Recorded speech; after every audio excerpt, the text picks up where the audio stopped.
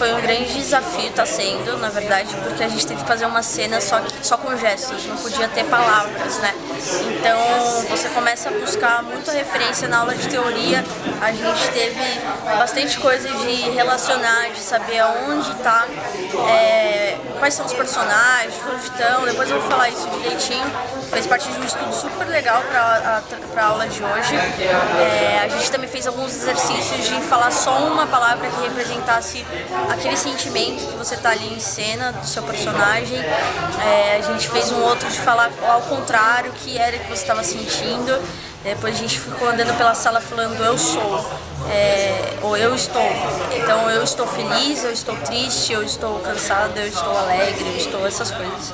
E foi bem legal. E aí a gente fez uma cena, ela passou a devolutiva disso, precisa estar faltando um pouco mais de expressão nisso e tal. Minha dupla, ela faz cena com uma outra pessoa, e ela tá fazendo lá, porque agora é a hora de você pegar a devolutiva e ficar ensaiando também, pegando outros gestos e tudo mais.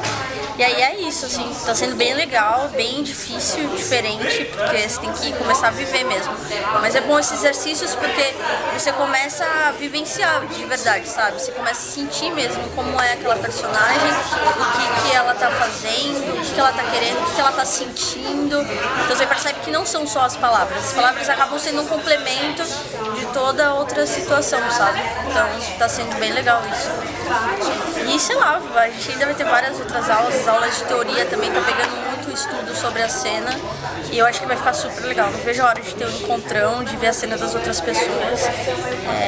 Essa parte é super legal, de você estudar mesmo e de vivenciar também. E aí é isso, é sempre um jogo, você vai não combinando, mas vai vivendo isso e fica muito bacana. A minha dupla, vem cá. Ó, então é isso. Merda pra você e a gente se vê no próximo vídeo pra falar um pouco mais da minha personagem.